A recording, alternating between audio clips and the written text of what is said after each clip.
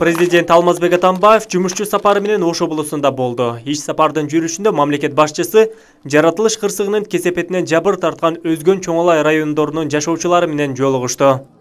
Сиздерге рахмат. Шунун баарын турмушту көтөрүп, чыдап, ызыгын, суусун акырындан сабыр этип, бардыгы жакшы болот деп үмүт этип турганыңарга рахмат.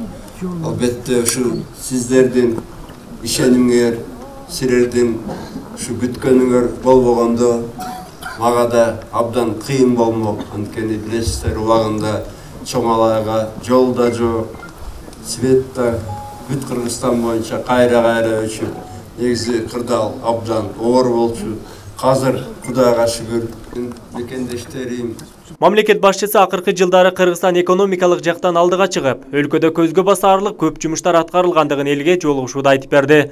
Президент Алмазбек Атамбаевдин Ош облусунда жасаган иш сапарын жергиликтүү тургундар кубануу менен кабыл алгандыгын айтып, анын тоолуу алыскы аймакка келишин чоң сыймык деп аташты. Биринчи жолу биздин президентибиз Чоңалай өрөөнүнө келип атат. Мына бул дагы болсо бизге өтө жакшы жардамдарды берип атат. Мына Карамыкта, мисалы үчүн, жер титирөө болду. Ушул жер титирөөгө дагы министрлерден бардыгы кошо келишип, жардамдарын беришип. Мына бүгүн бизде Чоңалай районунда чоң кубаныч болуп турат.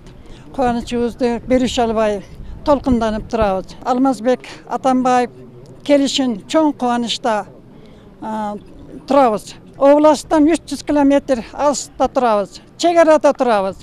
Ошон үчүн мына больница бардык жок заманбап болуп курулду. Ушул больница ак жолтой болсун. Президентке айылдын аксакалдары чыгып батасын берип, экинчи мөөнөткө иштеп берүүнү суранышты. Бирок мамлекет башчысы бул шайлоодо президенттик жарышка катышпай тургандыгын билдирди. Адилеттүү шайлоону камсыз кылуу үчүн мамлекет башчысы бардык күч аракеттин жумшаарын да айта кетти. Ага улай эле эл суроосуна жооп берип жатып, жарандарды турак жай менен камсыз кылуу маселесин ипотекалык кредиттерди берүү аркылуу чечүүгө болоорун айтты. Суда боюнча, кредиттер боюнча, урматтуу эми мекендештерим, кээ бирде таарынбагыла, мен катуураак айтсам, эч ким айтпайт. Азыр келгендер силерди алдайт, мен президент болсом коммунизм куруп берем деп, Хрущев айткандай. Хрущев деле коммунизм куруп берем деп коюп, билесиңер, огороддорду кесип, малды сойдуртуп, кыйнаган элди өлкөдө. Аягында нан да жок болуп калган керек болсо. Ошондуктан азырда келип туруп алдайт, бирок чындыгында кээ бирде таарынбагыла, мен дайыма айтам да, кээ бирде биз кыргыздар күз күнү карасак да, ким күнөрүдө биз дегенде.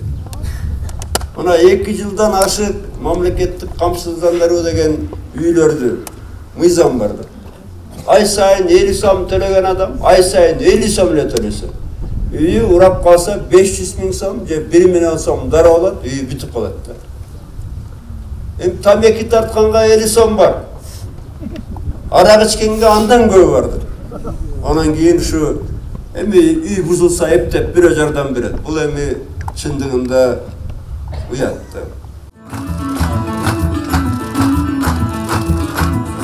Чоңолай эли менен жолугушуудан кийин мамлекет башчысы Дарот Коргон айылындагы оорукананын кызыл тасмасын кести. 50 орундуу оорукананын курулушу 2013-жылы башталган. Объектинин сметалык баасы 54 миллион 343 миң сомду түзгөн. Ооруканага 2 миллион сомдук жаңы жабдуулар орнотулган. Учурда ооруканада 70ке жакын кызматкерлер эмгектенет.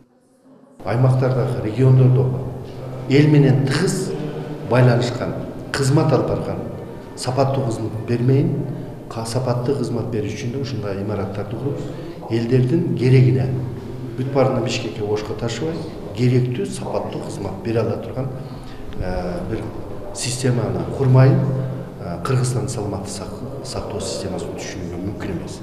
Тарыхта биринчи жолку курулуп жаткан оорукана өзүңүздөр көргөндөй бүт талапка жооп берген, сампин деп коебуз, ошого жооп берген типовой ооруканалардын. Эски имаратыбыз 76-жылы, 54-жылы курулган имараттар, алар бүгүнкү күндө авариялык абалда болгондуктан, быйыл ушул имаратты ачып, жалпы коллектив, жалпы эл кубанычта.